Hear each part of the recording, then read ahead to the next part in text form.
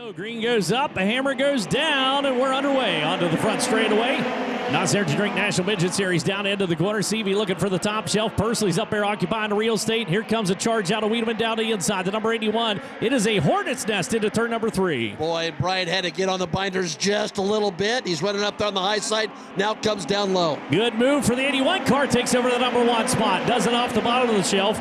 C slides up into the middle of the racetrack down the corner. Still 3 wide for third on the field out to turn number 2. Pursley working tight to the wall. Down the back chute. Meanwhile, from P2 comes a big run into turn number 3 out of CV. Yeah, no surprise. Jade Avedison has gone right where she likes to go on the high side. She's going to have to come down the middle off in turn number 2, but gets that done. And here's your battle up front. Yeah, that battle was actually complete down the corner. CV took it away from Bryant Wiedemann. Now Wiedemann returns the favor. CV turns him back to the inside. He'll lead that lap. Got it that last time down into turn number 1 and 2 as he coasted up across the racing surface. Now trying to drive away from Wiedemann. The top 2 definitely driving away from Rico Abreu back in P3. Watching back behind Abreu, starting to pull away from Dason Pursley. Down the inside comes Gavin Miller, the Allentown, Pennsylvania racer. Up and over goes Jade Avedisian. Got into the wall down at turn number 1. And unfortunately, the 7X going over as well as Jade. I see her moving around in the race car. Team Mez throws his hands up in disgust behind the wheel of the EnviroFab number 7X. But that was another vicious hit into the wall. So set to go here for CV, ready to fire this thing off. He's going to keep him on the high side of the racetrack, drive it down off the banking. We're back underway.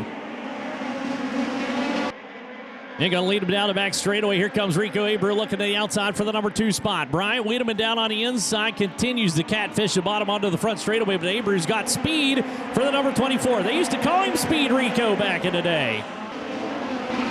Continue to hustle it around the big old half bow here as Wyndham finding some rhythm now for the 89 car. Starting to get a run out of turn number 2. He drops off just a little bit early on the exit coming out of the corner to run off some distance on Dason Pursley. The 19 car up on the high side. Now Wyndham starting to slide himself and shorten up the racetrack. Down on the inside, here comes Hayden Reinbold, the 19 car.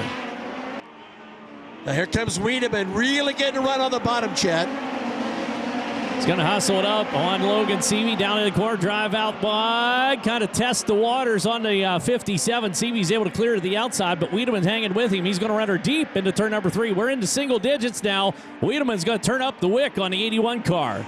Mooney's working that lane in very nicely down low. He's got Jacob Denny helping along with Hayden Reinbold, who continues to try to work his way up through the fields. Moved up to 8th now for the 19 AZ car.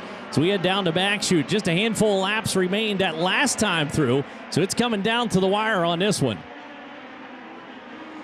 Boy, I love these kind of battles when they unfold like this. Now, this is one of those situations where I can envision if Wiedemann gets it, he'd get it at the last moment. But it appears perhaps that CV's turned the wick a little bit.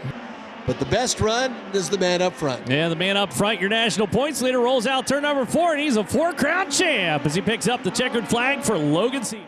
Help me out, because love it or hate it, you know you want to say it. Ladies and gentlemen, boys and girls, children of all ages, it's time to drop the hammer.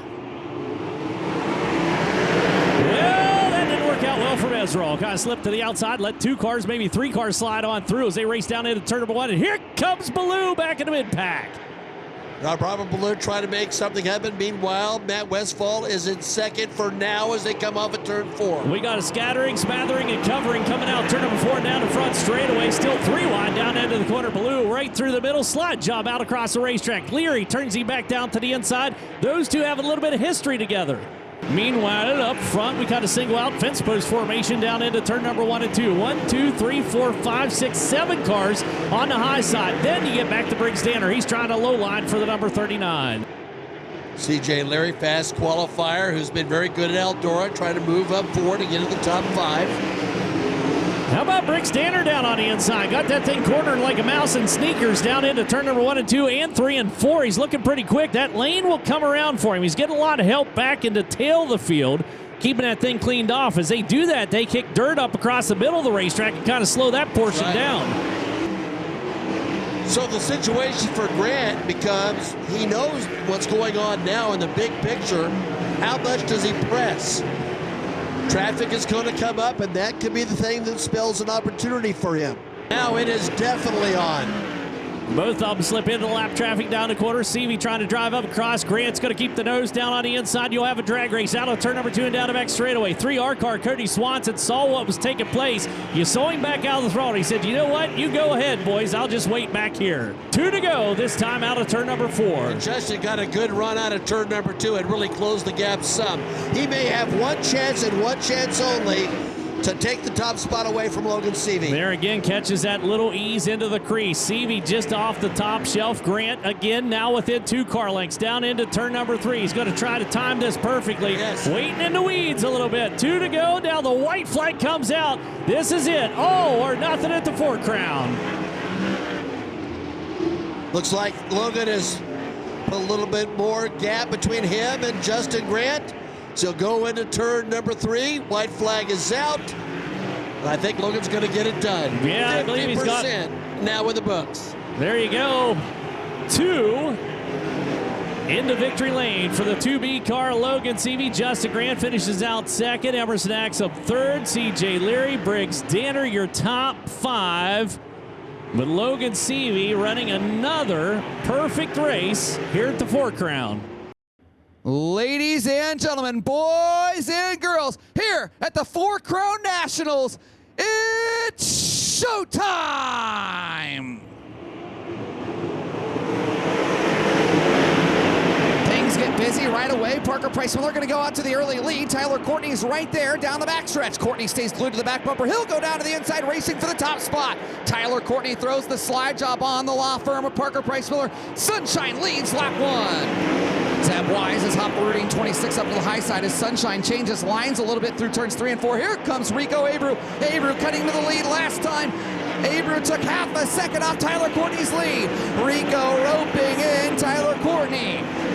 5 car lengths separate them down the backstretch. Here comes Rico down to the inside. Sunshine up on the high side. Rico off the bottom. Nearly nose to tail off of turn number 4. 3/10 of a second. Here comes Rico with the slide job for the lead. Courtney dives underneath him. Tyler Courtney hangs on to the top spot down the backstretch. No, Rico hangs on to it into turn 3. Thought Courtney would get a big run down the backstretch, but Rico Abreu proves to be a little bit stronger than I anticipated. Rico leads lap 9. Boy, watching Zeb and Sunshine tap dance with the devil up on the high side of the racetrack. Here comes Zeb for second in turn number 2. Zeb took a peek to the inside. Sunshine knows he's got company now. Halfway this time for Rico Abreu. What does Zeb do here? He'll go down to the inside once more. He'll keep it glued to the bottom and roll through the middle now. Side by side, Zeb Wise right there, side by side off of turn number 2, but Courtney has the advantage. Zeb getting just a little bit more aggressive in turns 3 and 4. What's he do this time by? He'll hold it down to the inside. Rico struggling in traffic. Zeb Wise into second. He'll slide across the nose of Courtney. Courtney dives down to the inside nearly side by side into turn number 3 for the second spot as Rico gets hung up on a lap car throwing a slide job on Garrett Williamson. Problem for Zeb is 3 lap cars now between himself and the Rico Abreu Kurt Bagajanian 42 car, or 24 cars, the 42. Asai Lynch continues to sit in that 3rd spot just ahead of Tyler Courtney. They're side by side off of turn number 4. Lynch has it by a nose. Courtney back to the middle of the racetrack as Rico Abreu's lead disappearing with 4 to go. Zeb closing quickly. Boy, that was a big move. Past a pair of lap cars down the backstretch. Oh, Rico stumbles a little bit. Oh, problems for Rico Abreu, your leader. Rico Abreu off the pace, yellow. 4-lap dash for what could be $90,000 for Rudine Racing. Keep in mind, he secures the championship with a finish of 2nd or better. If Tyler Courtney could win, Zeb would have to get 3rd to get the title for Clausen Marshall. And we're back underway. What a restart for Zeb Wise. Sunshine goes back home to the high side. Tyler Courtney now on the move. Here comes Tyler Courtney for second down the backstretch. All over Cy Lynch. 3 laps to go for Zeb Wise, and this would be the biggest win of his career with championship implications on the line. Tyler Courtney now trying to get to the second spot as he battles for second with 2.5 to go. Moves Sunshine into second. Now he's got his sights set on Zeb Wise. A pair to go for the Routine 26 with Tyler Courtney breathing down his neck. White flag flies for the 2023 All-Star point season. Zeb Wise, final time down the backstretch. Tyler Courtney a big run, but he's gonna have to pull the cat out of the hat. Final two left-hand turns off at turn number 4. Zeb Wise, an All-Star winner, Routine Racing, the All-Star champions. They come to the NOS Energy Drink starting kick. Green goes up, and we're underway with a 4th crown for the Silver Crown. We'll see if that worked. That was done by Dennis LaCava. Pays off for Justin Grant. He's going to lead early on. Boy, that was close quarters racing down at turn number 2. Taking a moment to feel it out. Now again, a 50-lap affair. 75-gallon fuel cell on the back of it. That's a lot of weight swinging around. And we got him 4 wide out of turn number 4. Yeah, he's going to try to make a move on Matt just ahead. Westfall, the 54 car up on the high side. Here comes Seavey down low. Slings it on through. He moves into second on the field, at least temporarily. Westfall says, not so fast, my friend, and right back to the inside. C.J. Leary and Justin Grant locked in a battle, 2 former national sprint car champions. Well, chase down the back straightaway. Dietz lies just ahead. Here comes Seavey, a little taste of the 22 car as he'll slip up across. Look for the cushion on the high side. Chase Dietz able to turn him back down low, but Seavey now, that bold moved out to the inside. Wow, that's aggressive. That's something you don't normally see in a Silver Crown car, the way you attack that. Rodney Gardner probably sort of gulped when he saw that happen, the crew chief on that machine, but nonetheless it worked.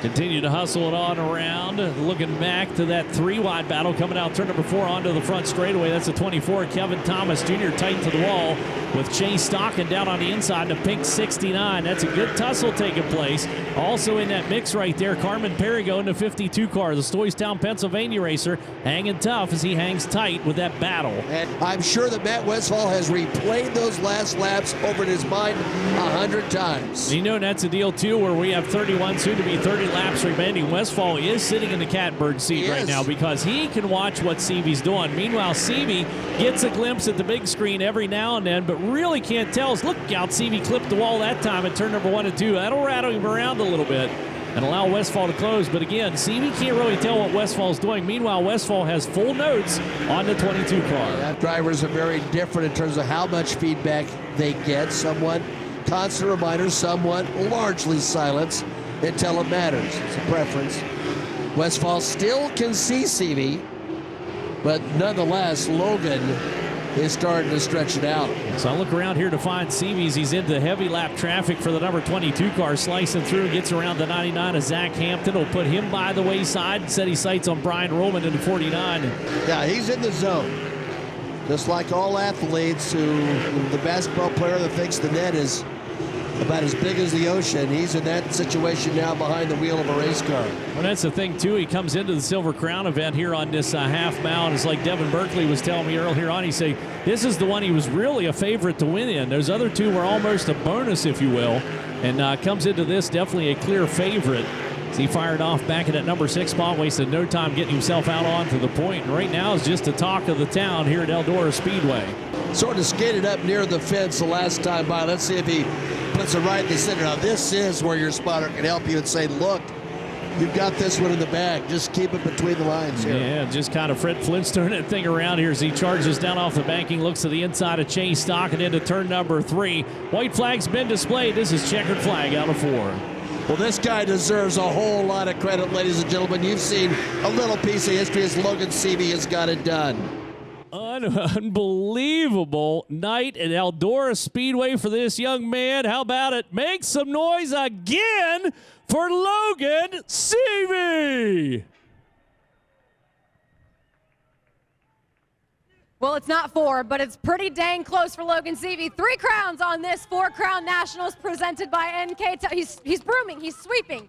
He's swept the 3 USAC National divisions tonight. Logan, what an incredible evening. You knew when you showed up here, running all 3, running all 4, in fact, that you had a chance to do it. You wouldn't do it if you didn't think you had a shot.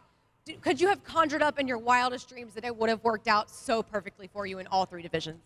No, it's just one of those, nearly perfect nights. And, man, you just have to be driving good race cars, and I got 3 incredible race cars. So, yeah, I think, after last night, I knew we had some work to do with our midget, and we got that way better. And after we won the midget, I was, really, really excited. And I knew, my sprint car being on the pool, I knew that thing was going to drive good. And man, this thing was just carves through the field so easily. I kind of talking to Ronnie there into that first yellow, and I didn't really love how I felt, but I knew the car would come to me. And man, right as we went green, I started, carving through there and kind of got to the lead, and then just paced myself. And Ronnie not only sets this thing up, but he spots me, and he does such a good job at, keeping me informed on what I'm doing and what I need to do better, and what the guys behind me are doing and where they're at. So, man, yeah, this is probably one of the coolest nights of my life. So, man, I don't even know what to say at the moment.